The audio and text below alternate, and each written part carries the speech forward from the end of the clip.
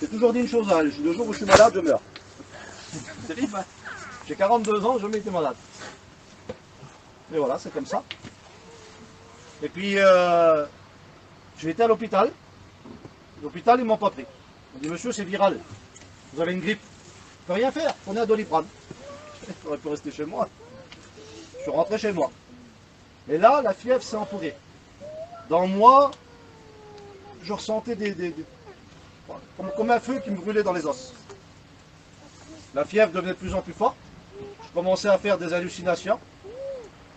J'ai retourné à l'hôpital un soir à 3 h du matin, tout seul. Et puis quand je suis arrivé à l'hôpital, elle m'a ausculté, elle a vu que j'étais pas bien. Elle m'a dit, monsieur, écoutez, on ne peut vraiment rien faire. Hein. C'est de la grippe. C'est viral. J'ai dit, madame, je ne pense pas que la grippe peut faire autant mal. Si, c'est la grippe. Bon. Je rentrais chez moi, avec mon Doliprane. Peut-être une journée ou 2 jours après, j'ai eu comme une hallucination. Je sais pas, je ne pensais pas, j'ai compris après ce que c'était, mais sur le départ, je n'avais pas réalisé. Je faisais tellement de fièvre que je ne savais pas si ce que je vivais c'était vrai ou pas vrai. Et à un moment donné, j'ai vu le ciel, j'ai vu Dieu, j'ai vu le diable et je me suis vu là à côté. Et je voyais cette image et d'un seul coup, le diable s'est détaché, il est venu sur moi. Il est venu devant moi comme ça, puis avec ses 2 mains, il m'a traversé complètement. Il m'a levé en l'air comme ça, il m'a secoué.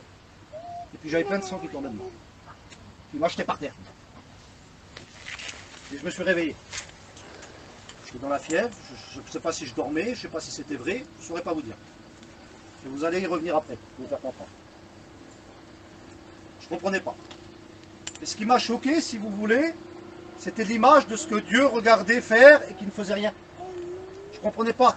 C'était pas le fait que j'étais pas troublé parce que le diable est venu m'attaquer. Mais j'étais troublé par cette image-là que Dieu était là à côté, et puis il regardait, il laissait faire et il disait rien. Ça m'avait troublé. J'avais appelé un frère, j'en ai parlé. Et puis 2-3 jours, j'étais tellement mal, qu'on est parti à l'hôpital, je vous l'ai dit. Quand je suis arrivé à l'hôpital, bon ben ils ont vu que c'était vraiment pas bien. Ils m'ont pris tout de suite, ils m'ont mis dans une salle, ils ont vu que c'était, ils m'ont sculpté, ils ont vu que c'était, voilà. Quand j'ai vu qu'ils commençaient à m'habiller et à me dire on va vous transporter là-bas, j'ai compris que c'était grave. Et puis donc le lendemain, ils m'ont transporté, ils m'ont mis dans un autre hôpital en réanimation, ils m'ont passé par des sous-sols comme ça. Et puis je me rappelle que je suis arrivé dans une pièce, il y avait 3 médecins dedans. Ils m'ont juste dit, monsieur, vous avez attrapé quelque chose de très grave. On ne sait pas comment ça peut se passer. On sera là pour vous aider, on essaiera de vous aider. Mais on ne peut rien faire. On ne sait pas comment faire. On essaiera de vous aider. Voilà ce qu'ils m'ont dit. Et après, je ne me rappelle plus de rien. Donc je suis tombé dans le coma. Ils m'ont pas mis dans le coma, je suis tombé dans le coma. Parce que mes poumons, la bactérie, pendant tout le temps que j'étais chez moi, la bactérie m'a mangé les poumons. Complètement. M'a mangé les poumons. Le médecin avait dit 3 choses, je les su après, ils me l'ont dit après. Le médecin m'avait dit de toute façon, même s'il se réveillerait, les poumons sont morts, donc les poumons ne fonctionnent plus. Il faut la machine pour respirer, et vivre avec une machine, c'est impossible. Donc de toute façon, il meurt, 100%. Si c'est pas ça, j'avais le système neurologique qui était touché, et le système neurologique me rendait paraplégique. Donc, plus de jambes, plus de bras, plus de moyen de parler, pas faire grand chose quoi. La 3e chose qu'ils m'ont dit, ils m'ont dit que normalement, bon, bah, par rapport à la paraplégie, j'étais aveugle, enfin j'étais un légume quoi. Donc pour eux, il n'y avait vraiment plus rien à faire. Et puis quand je suis tombé dans le coma, vu mon état, comment j'étais, ça c'était corporellement, quand je suis tombé dans le coma, je suis sorti de mon corps. Et quand je suis sorti de mon corps, pendant 1 minute à peu près, je me suis vu là. Je me suis vu dans le lit d'hôpital. Je me suis vu embranché avec les appareils, avec la façon que j'étais, je me suis vu. Mais ça a duré, je sais pas, 10 secondes, 20 secondes, je sais pas. Je ne saurais pas dire le temps. Et quand je me suis vu là, en un instant, j'étais plus là, j'étais quelque part dans une pièce, comme en bas d'un hôpital désaffecté, où il n'y avait plus rien, où l'hôpital serait morte, qu'elle n'était plus en fonction. Un lit ici, vide, une chaise à côté, et moi j'étais là. Et d'un seul coup, je ne comprenais pas ce que je faisais là, mais je ressentais déjà à ce moment-là de l'angoisse. je ressentais de l'angoisse qui était très forte. Quelque chose qui était lourd, très lourd. Et je me suis demandé dans ma tête, qu'est-ce que je fais là? Je comprenais que cet endroit-là, il n'était pas terrible, vous comprenez? Qu'est-ce que je fais là? Et juste dans moi, il y a une voix qui m'a dit, il faut que tu restes là un temps. C'est tout. Et à un moment donné, quand cette voix m'a parlé, la première sensation que j'ai ressentie, c'est que là, j'étais dans le temps. Vous allez me dire, dans le temps, comment? Mais là, je savais, à l'instant même, qu'il n'y avait plus de temps. Il n'y avait plus de monde. Il n'y avait plus de notion. Il n'y avait rien. Je savais que là, j'étais passé dans l'éternité. C'était la notion que j'avais. Et quand je me suis rendu compte que j'étais dans l'éternité, qu'il n'y avait plus de temps, et que cet endroit était lourd, était compliqué, je ressentais de l'angoisse, je ressentais un fardeau, je ressentais des choses, comme si quelque chose vous prenait, vous étranglait, et puis que ça vous faisait du mal.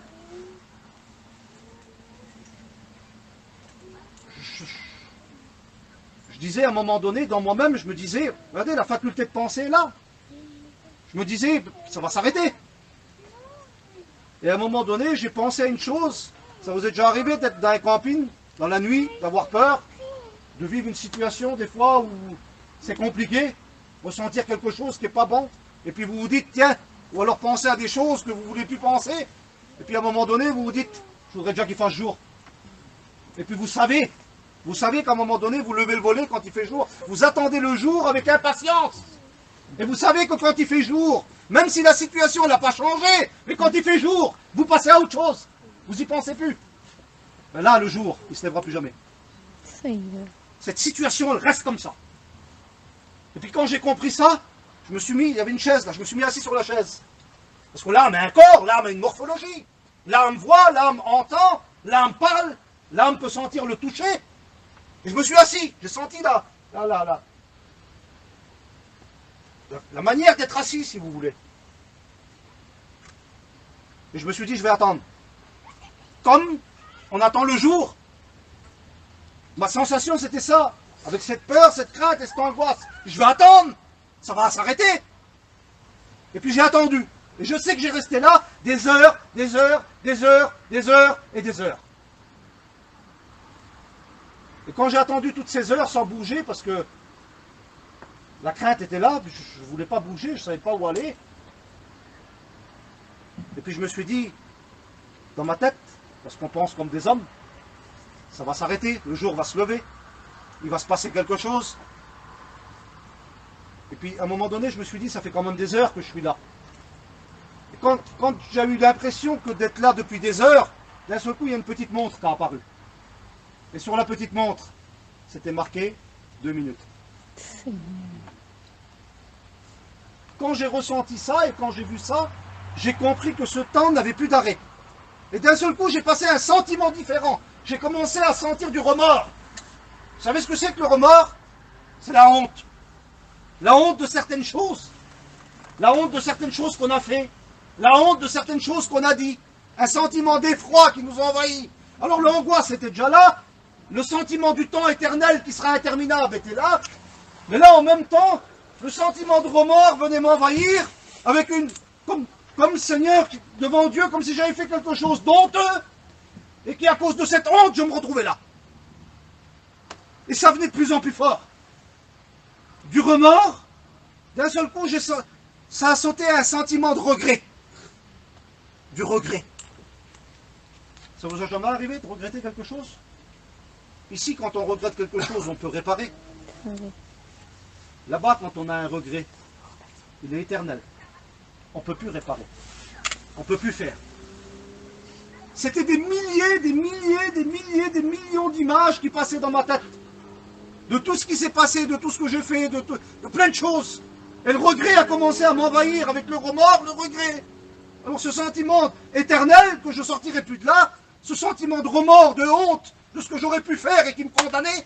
Et là maintenant, ce regret qui me faisait comprendre toutes les choses que j'avais mal faites, que j'aurais pu faire autrement, toutes les décisions que j'aurais dû prendre et que je n'ai pas pris. Et à un moment donné, ça s'est transformé en peine. Et j'ai commencé, avec tous ces sentiments-là, vous les gardez un par un.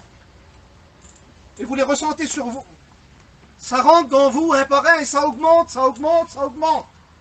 Et à un moment donné, j'ai ressenti de la peine.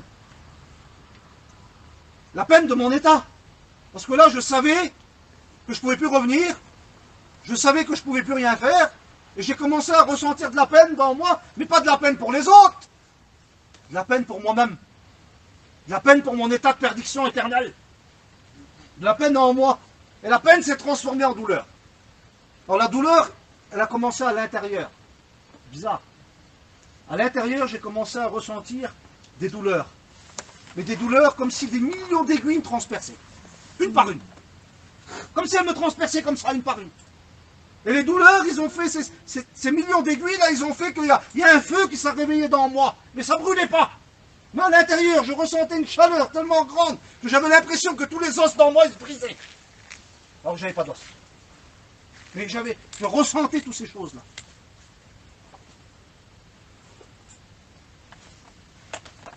La douleur de l'intérieur, elle est montée jusqu'à la tête. Et c'était plus une douleur dans la tête, c'était plus une douleur corporelle. C'était comme une douleur morale. Mais une douleur morale qui était impossible à guérir. Et qui jamais ne pourrait cicatriser. Jamais. Mais une douleur morale qui augmentait de plus en plus.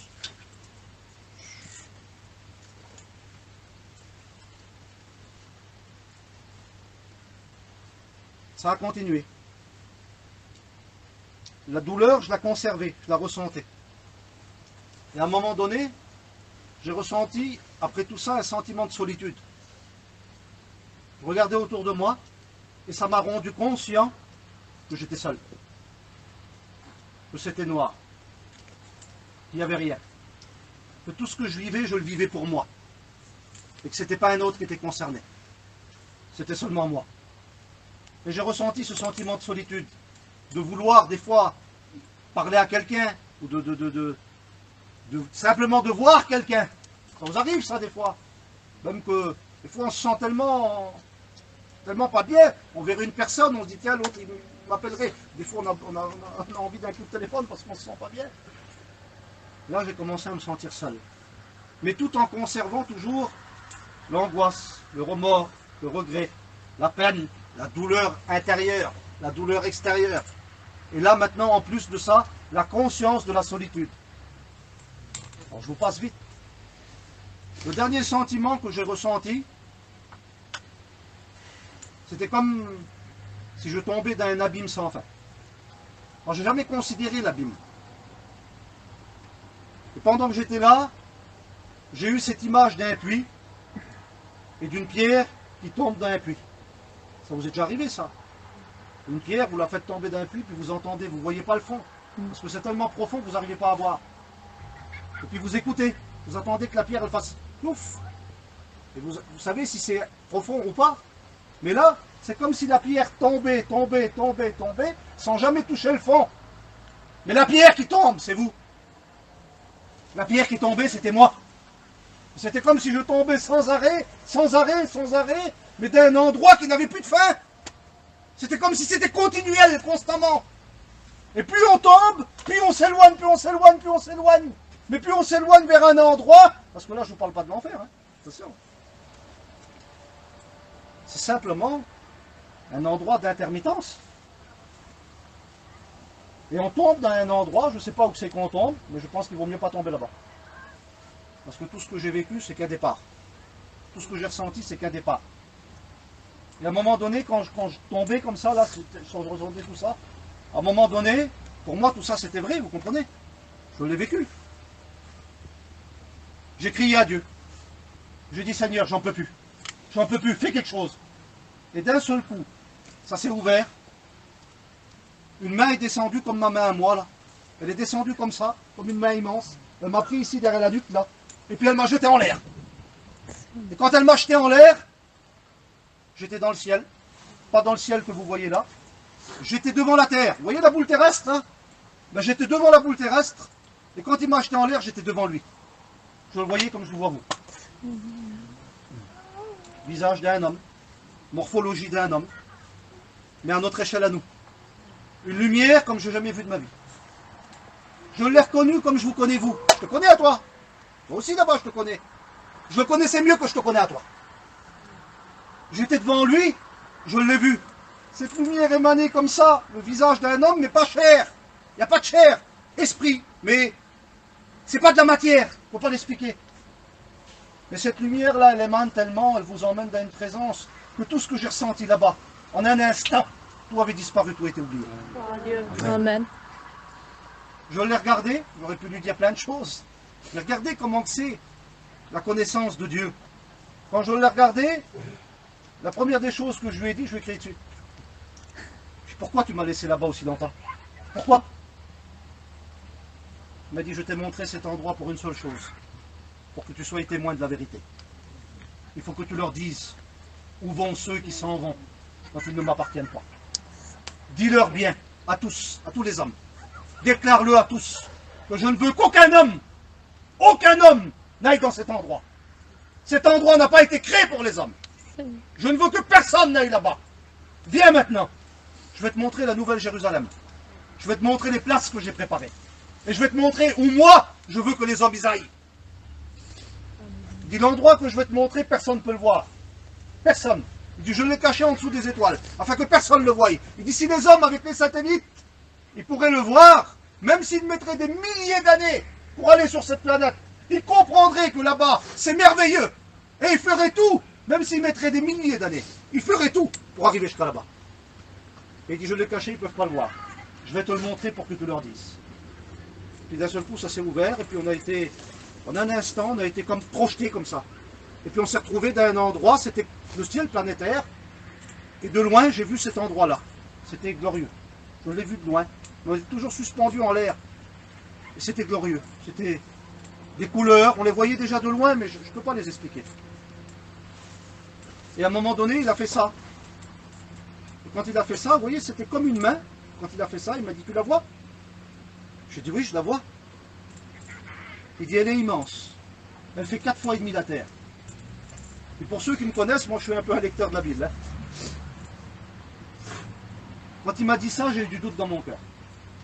Parce que la Terre, elle est immense. C'est plus de 40 000 km. J'ai étudié la Nouvelle Jérusalem, j'ai étudié la cité. Ça fait 144 coudées quand on lit l'Apocalypse.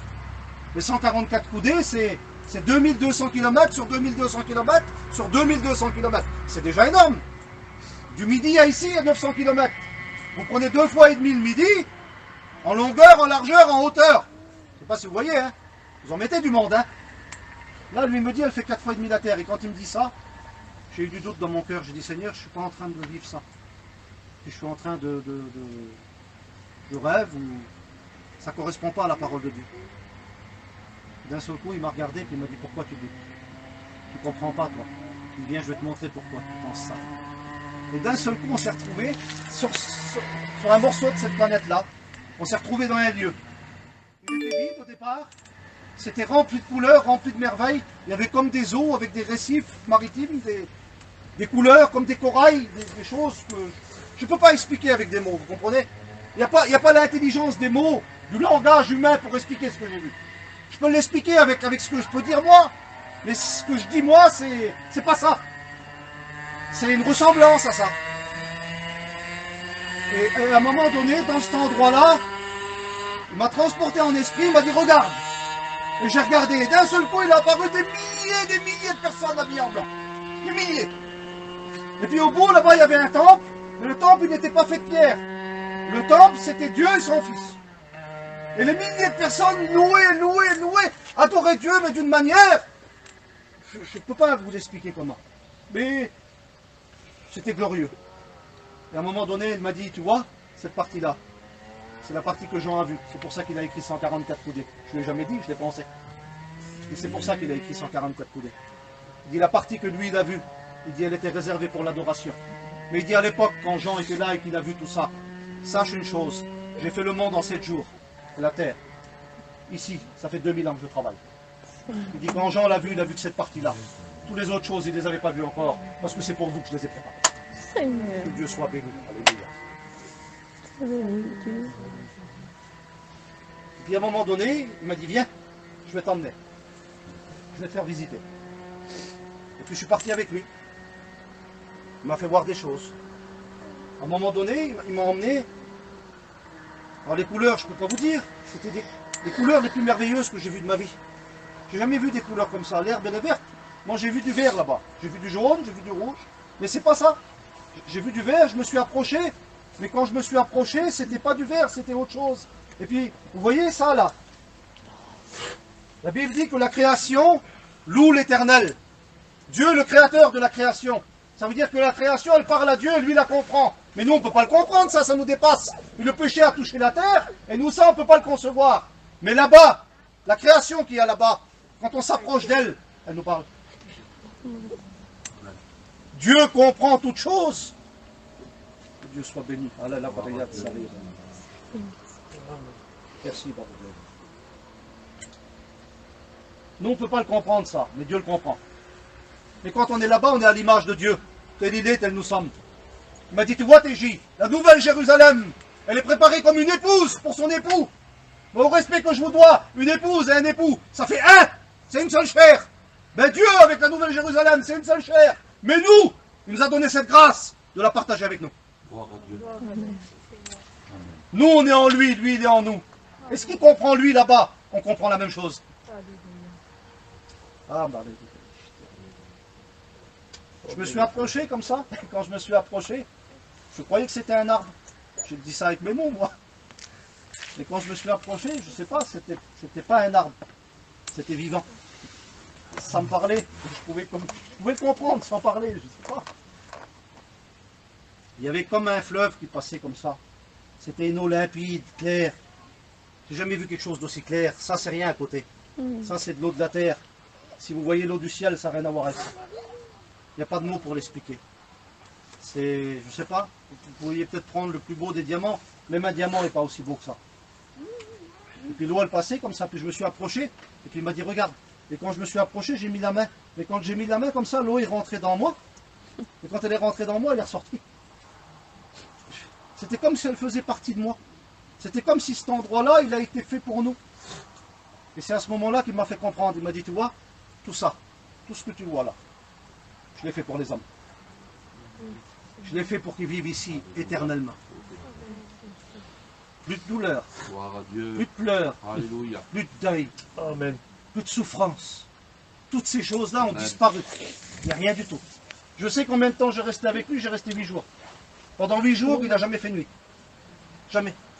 Le soleil, il n'y en a plus. La lune, il n'y en a plus. Les étoiles, il n'y en a pas. Mais toute la clarté de là-bas, c'est lui. Il éclaire tout. Il éclaire tout. Il éclaire tout. Il est la lumière de toutes ces choses-là. Il est la vie de toutes ces choses-là. Et toute cette vie-là, il la partage avec nous. Gloire à Dieu. Puis à un moment donné, il m'a pris par la main comme ça. J'ai ressenti à ce moment-là quelque chose qui est particulier. Quand il m'a pris par la main, il m'a pris comme un père et prend son fils. J'ai ressenti cet amour qu'on ne peut pas expliquer. Cet amour qui peut manifester envers nous. À combien il peut nous aimer. Et quand il m'a pris par la main, il m'a emmené d'un endroit puis il m'a assis. Il m'a dit, viens, je vais t'expliquer quelque chose. Il dit, toi t'es parti, t'as rien vu. Et il dit, pendant que t'es parti, j'ai laissé venir le fléau sur la terre. Il dit, tu sais pourquoi? Non. Il dit, j'ai laissé venir le fléau sur la terre parce que l'Église n'était plus le témoin de la vérité. Il dit, l'Église s'est endormie et l'Église s'est mélangée. Il dit, elle n'a pas fait le travail qu'elle devait faire. Il dit, au jour d'aujourd'hui, moi je lèverai une armée. Il dit, l'armée que je lèverai, je l'enverrai. Et le travail qu'elle n'a pas fait, dans le peu de temps qui restera, moi je le ferai avec l'armée que je lèverai. Amen. Amen. Gloire à Amen. Dieu. Il dit, tu vois, tout cet endroit, il faut qu'il soit rempli. Et cet endroit, moi je le remplirai. Il m'a dit, tu sais, ils se mettront à genoux. Il dit, parce que se mettront à genoux et qu'ils crieront à moi, je les entendrai. Je ferai des miracles. Je les écouterai. Il dit, ce que l'Église est devenue, je ne l'ai pas voulu. Mais il dit, je savais ce qu'elle deviendrait. Et il dit, dis-leur une chose. À la croix, je leur ai déjà pardonné. J'ai compris quelque chose que je n'avais jamais compris de ma vie. J'ai toujours vu la croix, moi, comme le salut pour le monde. C'est normal, tout le monde voit ça. J'ai jamais compris une chose. Qu'à la croix du calvaire, il n'a pas seulement racheté le monde dans son éternité pour qu'il soit sauvé. Il a même pardonné tous ceux qui feraient des fautes, qui auraient des manquements et des faiblesses. Amen. Tous ceux qui n'étaient plus capables de vivre la vie de Dieu, avec toutes leurs faiblesses, avec tous leurs défauts, avec tous nos mauvais pensées, avec tous nos mauvais Alléluia. désirs, avec tout ce qu'on est, à la croix, nous, l'Église, les enfants de Dieu, à la croix, nous, il nous a rachetés aussi. Amen. Amen. J'ai compris la valeur de la justification de Dieu. J'ai compris à ce moment-là que le sacrifice de Christ justifiait pleinement tous nos manquements, tous nos fautes et tout ce qu'on pouvait faire. Ça ne nous donne pas le droit, mais dans cette faiblesse, Dieu nous pardonne. Parce que quand il nous voit plus. Gloire à Dieu. C'est plus nous qui voit. Sa justice est pleinement satisfaite en tout. Il m'a dit, je les mettrai à genoux, ils me prieront. Il dit, parce que me prieront, je les écouterai. Je leur ferai voir que j'entends et que je suis encore capable de faire des miracles. Gloire à Dieu. Il m'a emmené dans différents endroits, il m'a dit d'autres choses que je ne peux pas dire, parce que c'est personnel, et puis ça concerne d'autres choses, que je dirais aux serviteurs de Dieu, et puis aux personnes qui seront concernées. Et à un moment donné, après toutes ces choses, il m'a dit, bon, il faut que tu t'en ailles maintenant. Puis je l'ai regardé, je dis non, moi je ne veux pas partir. Pourtant j'étais conscient de tout. Moi j'ai pas vécu de vision, j'ai pas vécu de songe. Ce que j'ai vécu, ce que je vous dis là, je l'ai vécu pleinement. Moi je ne veux pas partir. Pourtant j'étais conscient de mon foyer, de ma famille, tout ça. Mais on est tellement bien là-bas. On est tellement bien. Que toutes ces choses-là, même si elles ont de la valeur terrestre, mais le céleste c'est quelque chose qui dépasse l'entendement des hommes. Il m'a dit non, tu ne peux pas rester. J'ai dit emmène-moi au paradis. Si tu m'emmènes au paradis, je dis puis il m'a dit non, tu ne peux pas aller là-bas. Et si tu vas là-bas, tu ne pourras plus revenir. Et toi, il faut que tu retournes sur la terre parce que tu as encore du travail à faire. Amen. Et je t'ai donné des clés, tu as des portes à pousser. Il y a des choses qui doivent s'ouvrir. Tu as encore un temps devant toi. J'ai compris une chose. D'un seul coup, on s'est retrouvés à nouveau où on était au départ. Regardez où je vous ramène maintenant. Ce fameux moment où le diable m'avait attaqué. Et qui m'avait fait mal. En réalité, je n'avais pas compris, mais c'était le moment que je passais. C'était la maladie qui se passait, c'était ces choses qui se manifestaient. Et quand j'étais là, je me suis retrouvé nouveau en face de la terre, le Seigneur était là avec moi, et d'un seul coup, le diable est venu se présenter devant nous. Mais il est venu en un instant, comme une... C'est un esprit, hein. Il est venu, paf, il était là. J'ai déjà vécu dans ma vie de serviteur de Dieu des expériences. Et 2 fois dans ma vie, j'ai été visité par lui. Et on fait la différence entre lui et les démons. Hein. C'est pas le même personnage. Quand il arrive quelque part, on sait que c'est lui. On le reconnaît. Et là, il est venu. Et puis quand il est venu, il m'a regardé et puis il m'a dit, regardez le culot. Le culot. Il a dit à Dieu qui était là devant moi. Il m'a regardé, il a dit, ne le crois pas. L'endroit qu'il a caché, l'endroit qui t'a vu, l'endroit qui t'a été emmené, c'est pas pour les hommes qu'il l'a préparé. C'est pour moi et pour mes démons. C'est pas pour vous. Et j'ai compris à ce moment-là toute la méchanceté qu'il a vis-à-vis des hommes. J'ai compris, j'ai réalisé une chose. La haine qu'il a envers les hommes, c'est parce que les hommes, quoi qu'ils fassent, Dieu les pardonne. Amen. Que lui, il est maudit et il ne sera plus jamais pardonné. Et c'est toute la haine qu'il a envers les hommes. C'est qu'il sait que l'éternité est préparée pour les hommes, alors que lui sera maudit et perdu éternellement. Vous comprenez sa méchanceté, sa jalousie envers les hommes? Et puis là, en un instant, j'étais là, je ne disais pas un mot. Et puis le Seigneur l'a juste regardé. Il n'a même pas bougé la main, il n'a rien dit. Juste la parole. Il l'a regardé et puis il a dit, t'es qui? T'es qui pour venir te présenter devant moi et devant mon serviteur? Sache une chose, à partir de maintenant, tu es un chien battu. Et d'un seul coup, dans lui, j'ai ressenti. C'est comme si on prenait un chien avec une palette, et puis qu'on lui mettait des centaines de milliers de coups dans lui, tellement qu'il criait. J'ai senti toute la douleur qu'il a sentie juste sur la parole. Et d'un seul coup, il s'est enfui comme ça. On l'a plus vu.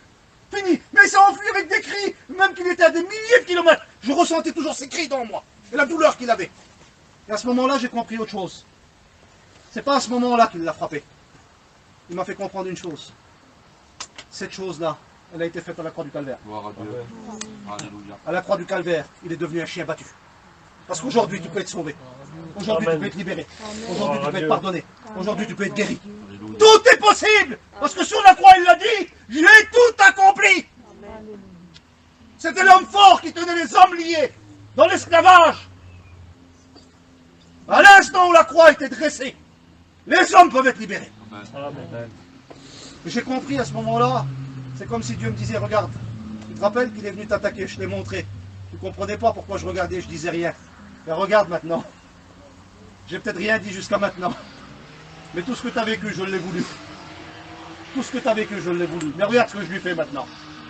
Il m'a fait comprendre que devant moi, il n'avait plus aucune autorité. Amen. Amen. Il m'a dit, tourne les regards. J'ai tourné les regards, et puis j'ai vu la terre. Et quand j'ai vu la terre, il me dit, tu vois là-bas? C'était bizarre, je dis, oui, je vois. C'était un filet d'or, tout comme des paillettes, comme ça, des millions de paillettes. Et puis ça tournait partout autour de la terre comme des anneaux, comme ça.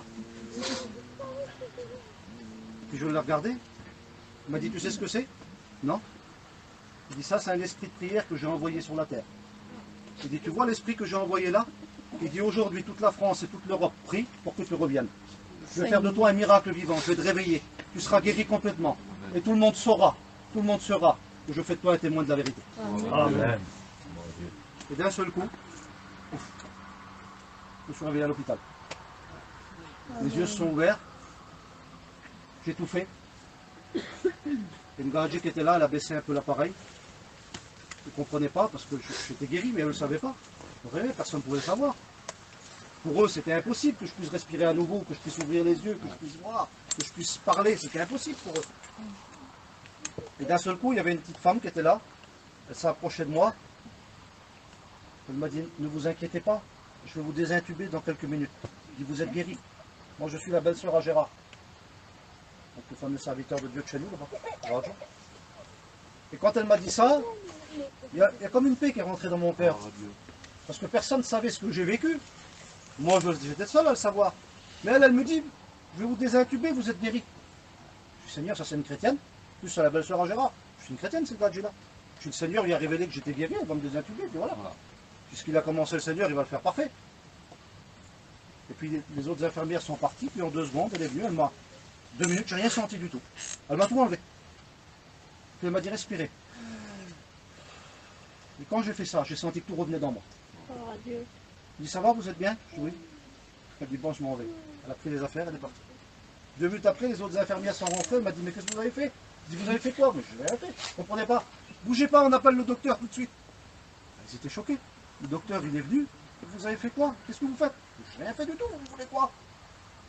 C'est pas moi qui m'ai désintubé. Je ne peux pas enlever un tuyau qui va jusqu'à là. Mais il dit, vous parlez? Je dis, bah oui, je parle. Il dit, vous respirez? Je dis, bah oui, je respire. Il dit, vous pouvez pas respirer. Ne bougez pas, je vais vous faire une radio. Donc ils sont venus avec un espèce de scanner comme ça. Là. Ils m'ont fait une radio instantanée qui dure pas longtemps. Là.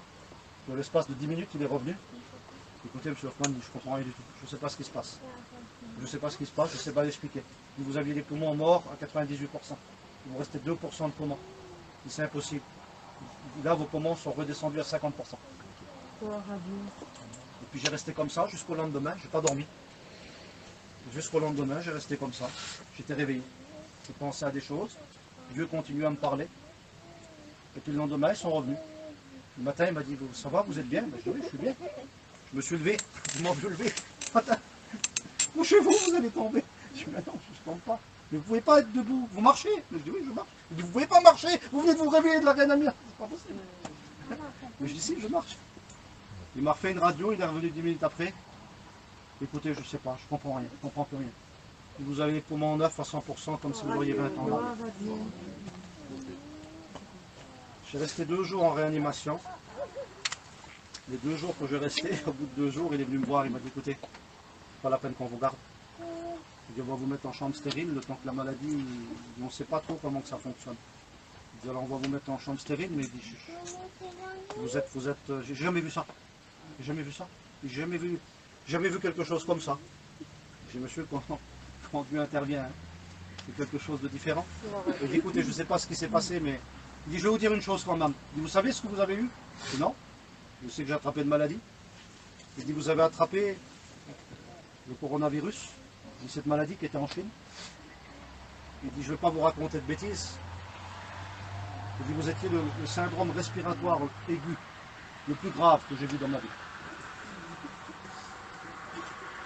Et quand il a dit ça, j'ai regardé ma jambe et puis j'avais cette bague. J'avais un bracelet là.